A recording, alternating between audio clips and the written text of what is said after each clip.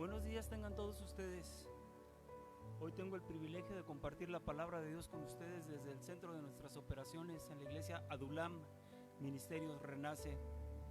Esta es una hermosa mañana de domingo que Dios nos ha regalado. Y quiero que me hagan favor de acompañar. Abra su Biblia, por favor, en el capítulo 22, versículo 6 del libro de los Proverbios del rey Salomón. Dice así la bendita palabra de Dios: instruye al niño en su camino, y aun cuando fuere viejo, no se apartará de él. Qué importante es que nosotros instruyamos a nuestros hijos y a toda clase de niños que vengan a nosotros. Aprenden de nosotros los adultos, tanto lo bueno como lo malo, pero hay que enseñarles lo bueno, y lo principal es instruirlos en la palabra de Dios. ¿Por qué? Porque va a crecer y no se va a apartar. Es un alma que se salva. Pero todavía aún más importante, la palabra de Dios nos enseña que todo aquel que quiera entrar al reino de los cielos tiene que ser como un niño, pero un niño bien instruido en la palabra de Dios. Así que el día de hoy voy a compartir un lindo pasaje del Evangelio del apóstol Mateo. Les voy a pedir de favor que me acompañe usted. Abra su Biblia en el capítulo 18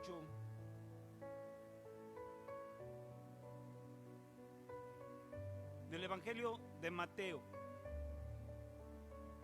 Y dice así la palabra: en aquel tiempo los discípulos de Jesús vinieron diciendo: ¿quién es el mayor en el reino de los cielos? Y llamando a Jesús a un niño, lo puso en medio de ellos y dijo: de cierto os digo que si no os volvéis y os hacéis como niños, no entraréis en el reino de los cielos. Fíjese que cuando los discípulos de Jesús vienen a Cristo y le preguntan quién es el mayor en el reino de los cielos, no se está refiriendo a los entes celestiales que están en el cielo, en la casa de Dios. Esto es ángeles, serafines, querubines, y pudiera yo decir arcángeles, pero solamente he encontrado en la palabra de Dios un solo arcángel, porque por fuera que el arcángel Rafael y que lo hay como 7 según eso, pero bíblicamente solamente encuentro un arcángel, que es el arcángel Miguel, que hace alusión a la palabra. Pero ellos no se referían quién era el mayor allá, sino quién iba a ser el mayor allá de los 12 discípulos de Jesús, porque lo vamos a encontrar aquí mismo en la respuesta de Jesús. Pero me llamaba mucho la atención porque, si ustedes ven, esta es una pregunta de los apóstoles muy reveladora: ¿quién es el mayor en el reino de los cielos? Pero mucho más reveladora es la respuesta que Jesucristo da. Porque si bien es cierto que la pregunta en sí es interesante, saber quién es el más grande, el mayor en el reino de los cielos, quién va a ser el más importante, pero la respuesta que da Jesucristo es mucho más reveladora, porque ellos tenían sus ojos puestos en lo terrenal, y Jesucristo nos descubre qué es el reino de Dios, el reino de los cielos. Mire cómo dice: en aquel tiempo los discípulos vinieron a Jesús diciendo: ¿quién es el mayor? Un sinónimo de mayor. ¿Quién es el más importante, el más grande? ¿Quién es el que va a tener autoridad sobre los demás?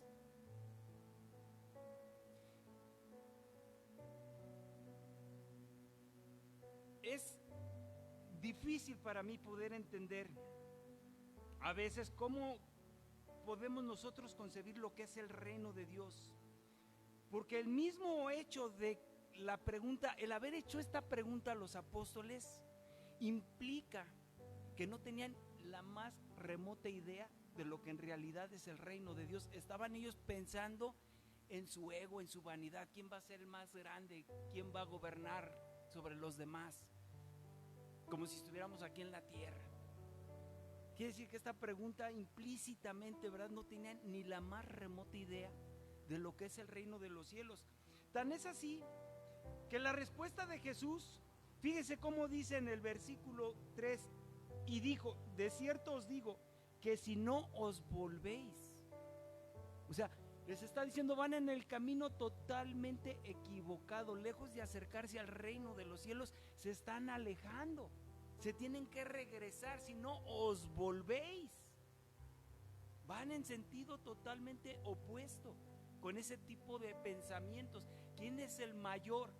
Y yo me acuerdo que en este mismo evangelio, nada más que es en el capítulo 20, a partir del versículo 20 en adelante, viene la madre de Juan y de Jacobo, los hijos de Zebedeo, y le hace una petición a Jesús. La mamá le dice, oye, yo quiero pedirte algo, y Jesús le dice, dime, mujer, ¿qué quieres? Pues que cuando estés en tu reino, uno de mis hijos se siente a tu derecha y otro a la izquierda. Le dice, mujer, no sabes ni lo que pides, ni siquiera sabes lo que estás pidiendo. Pero ahí vemos que la mamá de Juan y de Jacobo pensaba igual que los discípulos, ya se estaban peleando por los lugares de honor, de privilegio, quién va a ser el más grande, quién va a ser el más importante. Y Jesús dice, mujer, no sabes ni lo que estás pidiendo. Para empezar, no soy yo el que los reparte en los lugares. ¿Quién se va a sentar en tal o cual lugar? Solamente mi Padre que está en el cielo, Él ya tiene designado el lugar para cada quien. Ese es el punto. Y miren lo que dice, vamos al Evangelio de Mateo, nada más ahí adelantito en el capítulo 20. Miren cómo dice.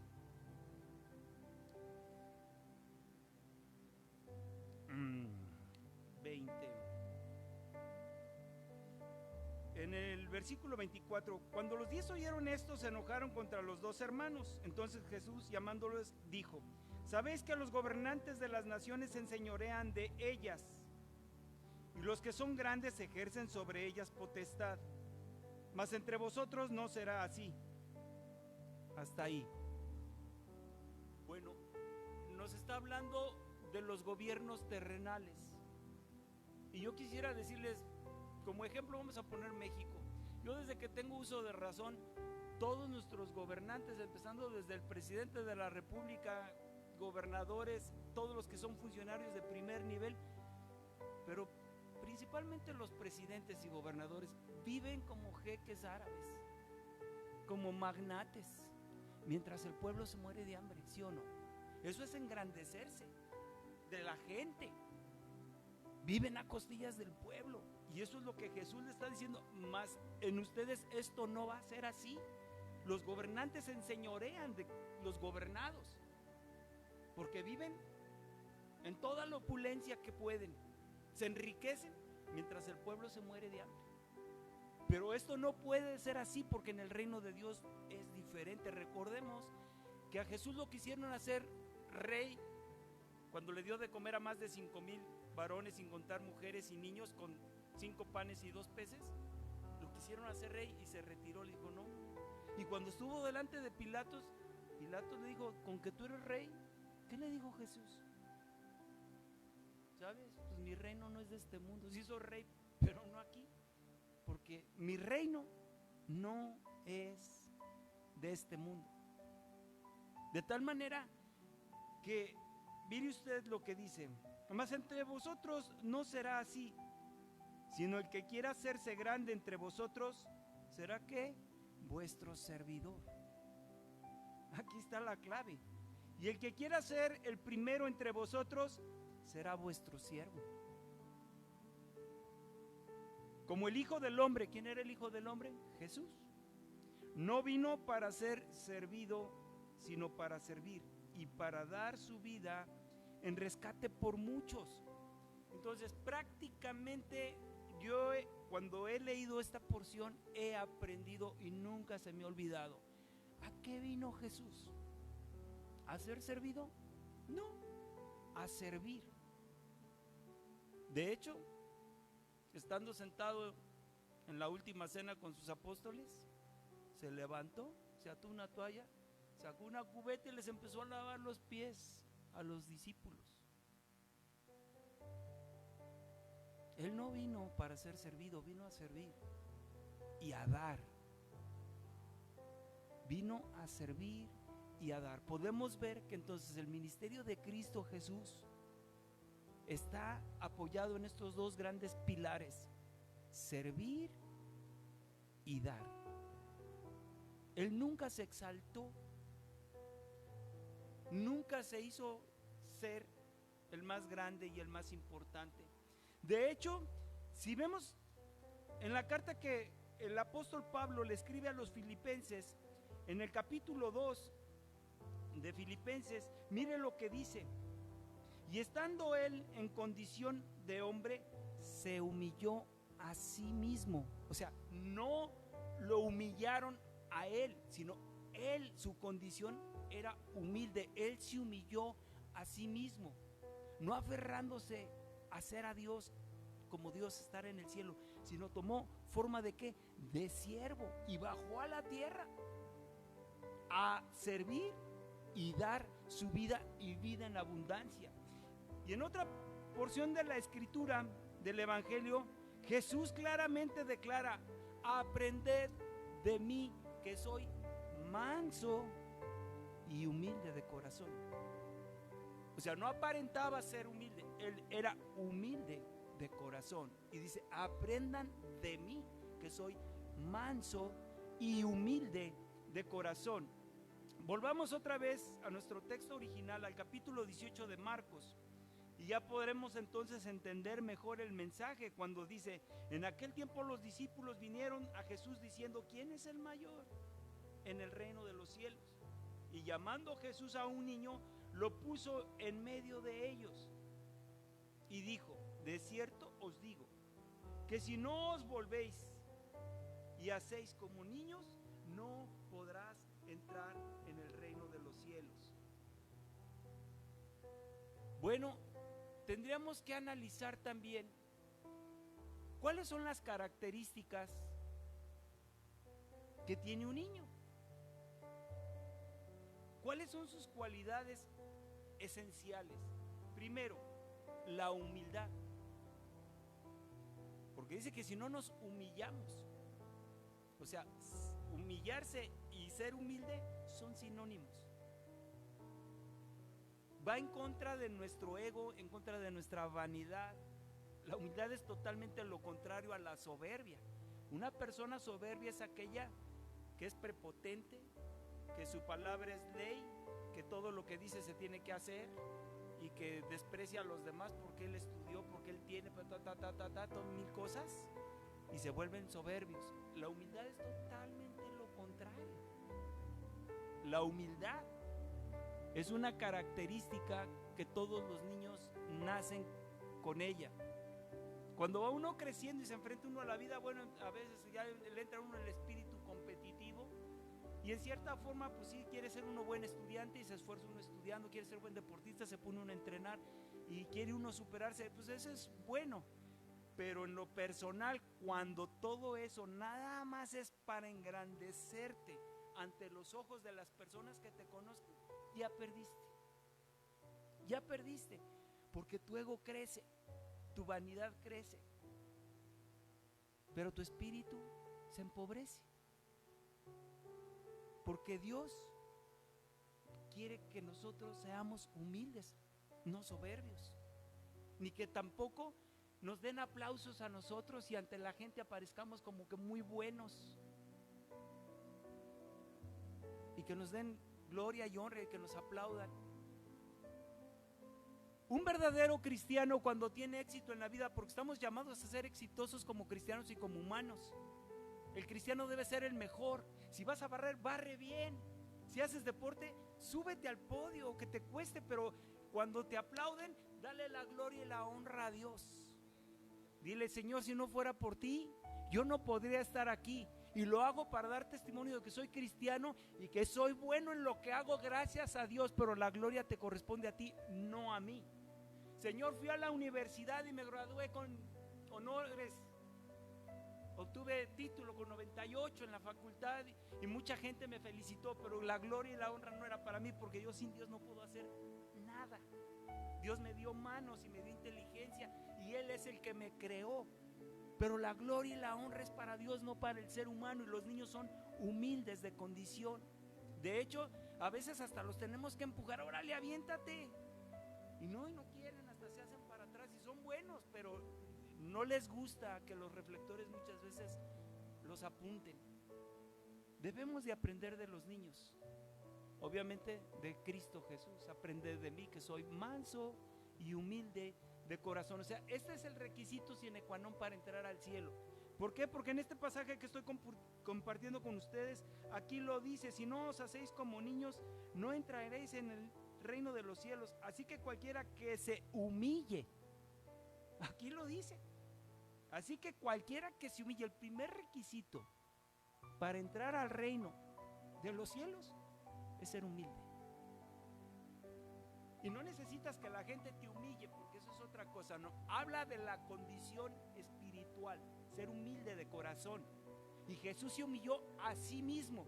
Después, cuando lo prendieron en el huerto de Getsemaní y empezó su calvario, ahí sí fue humillado por el hombre, por los hombres. Lo golpearon, lo vituperaron, lo escupieron, lo bofetearon, lo azotaron y por último lo colgaron en un madero, lo crucificaron y murió. Humillado por el hombre, por nuestros pecados. Pero él desde antes, cuando estaba en el cielo, se humilló a sí mismo y tomó forma de siervo y descendió el pan de vida a la tierra en Cristo Jesús, a servir y a dar, con un espíritu de humildad. Andaba con sus sandalias, no usaba caballos para andar de una ciudad a otra, no, caminando. Y no traía 2 túnicas, nomás usaba una. ¿Han encontrado algún registro en donde Jesucristo trajera dinero? No encuentro ninguno que ni siquiera lo hubiera tocado cuando lo tentaron por la cuestión del pago de los impuestos al Imperio Romano. Dijeron: ¿es lícito dar tributo a César o no? ¿Qué dijo? Muéstrenme la moneda del impuesto. Él no traía ni tampoco dijo: a ver, dámela para ver, muéstrenmela. Pues aquí está. ¿De quién es la inscripción? Porque no la tenía en la mano. Preguntó: ¿de quién es la inscripción? De César. Pues dale a César lo que es del César y dale a Dios lo que es de Dios. Pero él no traía dinero. No van a encontrar ningún registro de que Jesús anduviera comprando cosas. Él no necesitaba comprar nada, es el dueño de todo. Pero humildemente, él nunca se enalteció, nunca pecó de soberbia. En él no se encontró ningún pecado. Y es precisamente la capacidad que él quiere que nosotros tengamos como requisito para entrar al cielo. Si no somos humildes, no vamos a entrar. Es indispensable. Otra característica que tienen los niños: tienen la capacidad de ser felices y poder adaptarse a las circunstancias dentro de su mundo.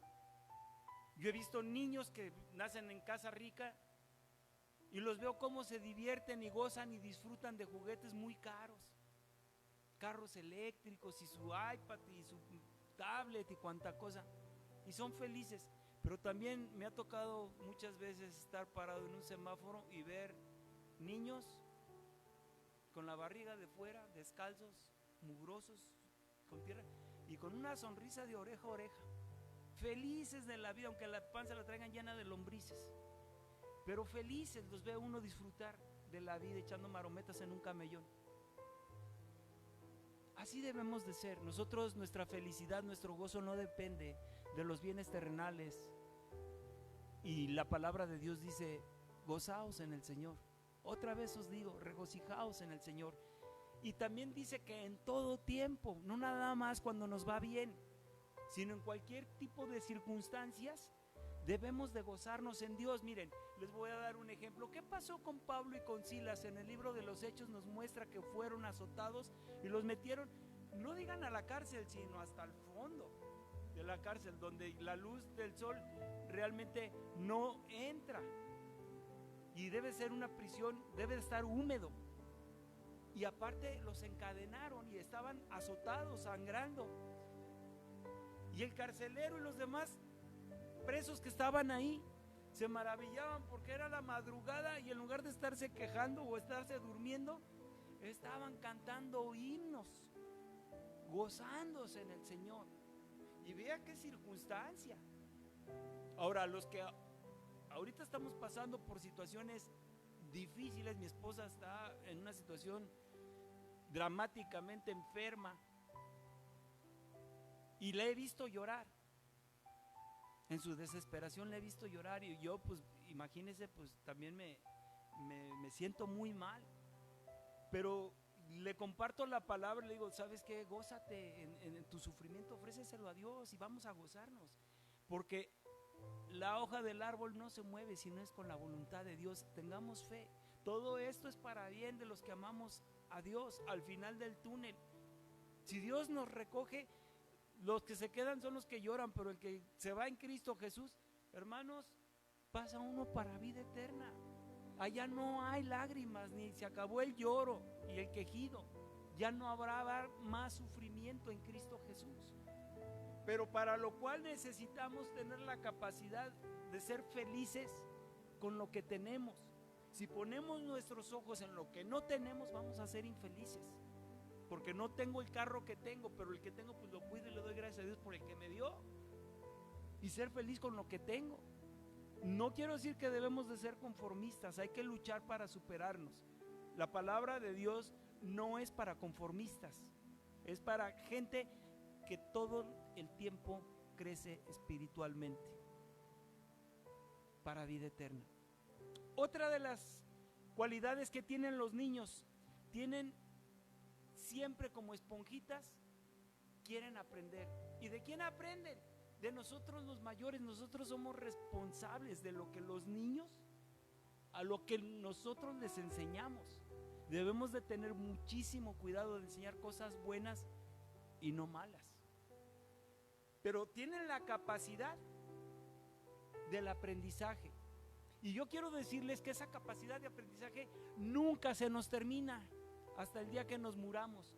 Porque, ¿sabe qué? Yo he escuchado personas que dicen, no, pues a mí ¿qué me puedes enseñar? Yo les puedo decir, miren, tengo 65 años de vida. A mis años, con lo que he vivido y con lo que la experiencia me ha dado y con lo que he aprendido, tanto en el mundo, porque pues gracias a Dios hice una carrera y hice un posgrado, pero en la palabra de Dios, gracias a Dios también he sido instruido. Y yo podría ser soberbio y decirles, a ver, ¿qué me puedes enseñar, hermano? A pesar de que tú eres mayor que yo, pero tú y yo, mano, pues ya estamos del otro lado, más allá que para acá. ¿Qué nos pueden enseñar? Eso es ser soberbio, hermano. Abel y yo somos como niños, a pesar de que somos los más grandes de esta congregación. ¿Has dejado de aprender algún día, hermano? Mi hermanito Ponce, bueno, no lo conté porque está dormido. No sé. Pero bueno, quiero decirles que en realidad nunca dejamos de aprender. Pero el día que yo diga, no, Aurora, creo que puedo aprender de ti, ya perdí. Yo aprendo de todos y cada uno de ustedes, diario. Cada servicio que vengo a mí me alimenta, me retroalimento cuando puedo predicar lo que yo ya aprendí de ustedes y lo que Dios me da.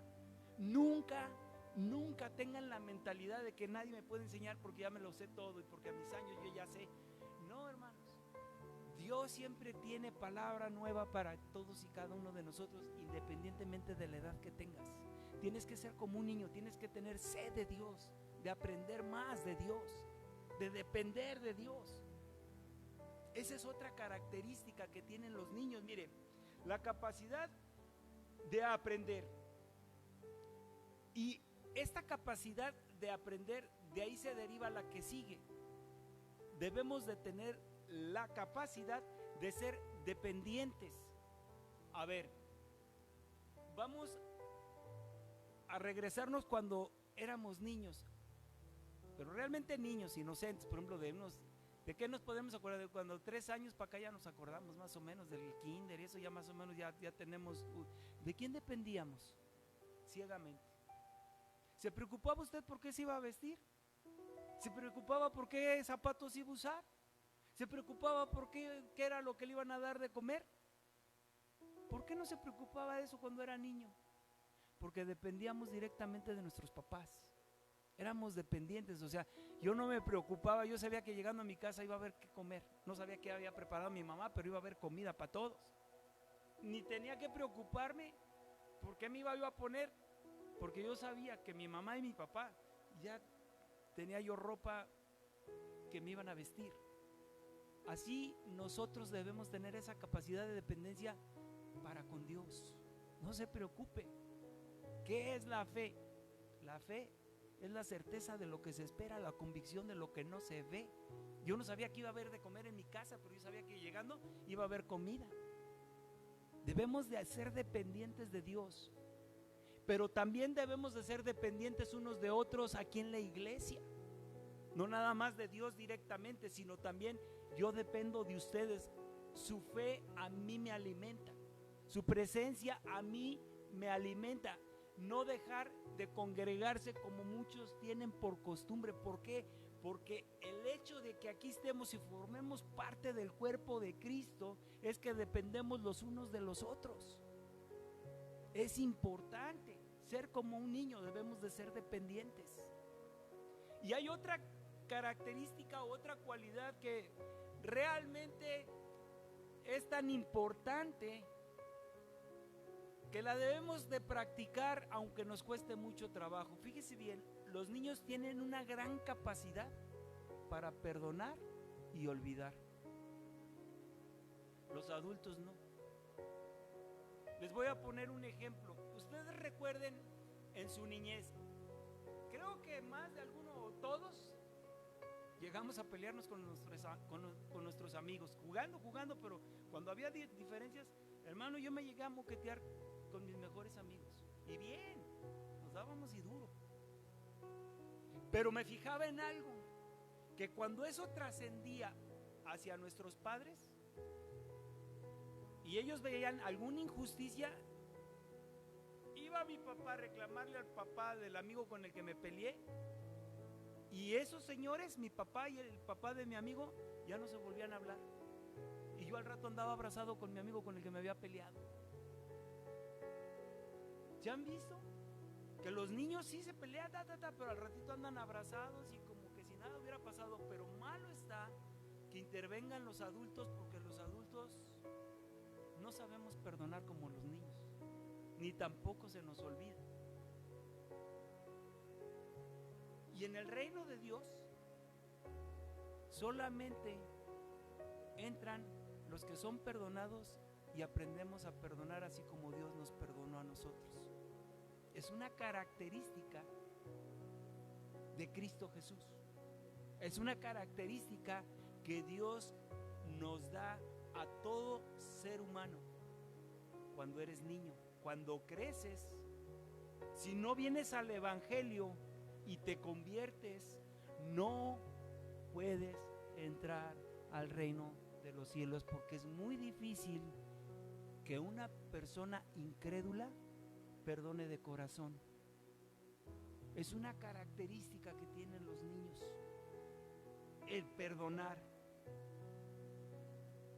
La fe y la confianza que los niños tienen en nosotros los adultos es la fe y la confianza que nosotros debemos profesarnos entre nosotros, los unos con los otros, pero directamente con Dios. La fe y la confianza que los niños nos tienen a nosotros es la misma fe y confianza que Dios espera de nosotros para con Él. Vamos a seguir adelante. Ahora viene una situación en la cual debemos de tener mucho cuidado. Miren lo que dice el versículo 6. Y cualquiera que haga tropezar a alguno de estos pequeños que creen en mí, mejor le fuera que se le colgase al cuello una piedra de molino de asno y que se le hundiese en lo profundo del mar. Ahora bien, aquí se refiere a los niños, pero con una doble connotación, porque como estamos compartiendo la palabra de Dios y es espiritual este libro, no se refiere literalmente nada más a los niños físicamente, Se refiere a los niños espirituales, a todos aquellos que son nuevos en el Evangelio, que empiezan a caminar en la fe, y que nosotros que ya tenemos años, no debemos por ninguna razón ni motivo ser piedra de tropiezo, ni de un niño físicamente, pero tampoco de un niño espiritual. De todos aquellos que son recientemente se han convertido, y que nosotros que tenemos ya más conocimiento de la palabra de Dios, debemos de tener cuidado de no ser piedra de tropiezo de nadie. Por eso es que Pablo decía, bueno, si tu comida va a ser piedra de tropiezo para el hermano, mejor no comas. Si tu bebida va a ser piedra de tropiezo para un hermano que está recién llegado al Evangelio, no la bebas. No podemos ser piedra de tropiezo. Ahora, fíjese bien, las tentaciones siempre van a haber en el mundo. No se van a acabar hasta que muramos físicamente. Pero hay de aquel que sirva para darte el empujón para que caigas en tentación. Hay de aquel que te invita a pecar. Más le valiera que le amarraran una piedra de molino en el cuello y lo aventaran al fondo del mar. Así de grave es perturbar a un niño, tanto espiritual como físicamente. Y yo les voy a decir algo todavía aún más trascendente. Imagínese usted la responsabilidad que tenemos nosotros los adultos y como cristianos cuando enseñemos a alguien a pecar. No nada más incitarlo a que peque, sino enseñarlo a robar, por ejemplo. Se multiplica, se hace grande, pero muy grande, porque el pecado se multiplica. Porque imagínese que alguien a mí me enseñó a pecar y yo a su vez enseño a otro a pecar y ese le enseña a otro a pecar. Entonces se hace una cadena y se multiplica la maldad. La responsabilidad tan grande que existe en servir de piedra de tropiezo, no piense que Dios no la va a fiar. Es grave, y más para con los niños. Todos aquellos que abusan de los niños y que los inducen al pecado y a la maldad, tienen una gran responsabilidad delante del mundo. Mire cómo dice: ay del mundo por los tropiezos, porque es necesario que vengan los tropiezos. O sea, nunca vamos a dejar de tener tentaciones y tropiezos. Esos ya están. Mientras vivamos, va a haber tropiezos. Pero hay de aquel hombre por el que viene el tropiezo. Hay de aquel hombre por el que viene el tropiezo. Debemos nosotros de cuidarnos de no servir de piedra de tropiezo. ¿A qué hemos sido llamados como iglesia, como cristianos? A hacer bendición, no maldición. ¿A qué hemos sido llamados? A proclamar el evangelio de las buenas nuevas de salvación. Venimos a dar vida en Cristo Jesús, y vida en abundancia, no maldición. Por eso es que la palabra nos dice: delante de ti pongo el bien y el mal, tú escoge. Delante de ti pongo la vida y la muerte. Y todavía Dios dice: escoge la vida. Ya ni siquiera nos dice escógele tú, no, te dice escoge la vida. Nosotros necesitamos tener siempre presente que si quieres entrar al reino de Dios, necesitamos todas estas características y cualidades que establece la palabra de Dios. Voy a concluir con un versículo que el apóstol Pablo lo escribió para la iglesia de Roma. Está en el capítulo 14, versículo 17 de la carta a los romanos, y dice: el reino de Dios no es comida ni bebida, sino justicia, gozo y paz en el Espíritu Santo. Muchas gracias.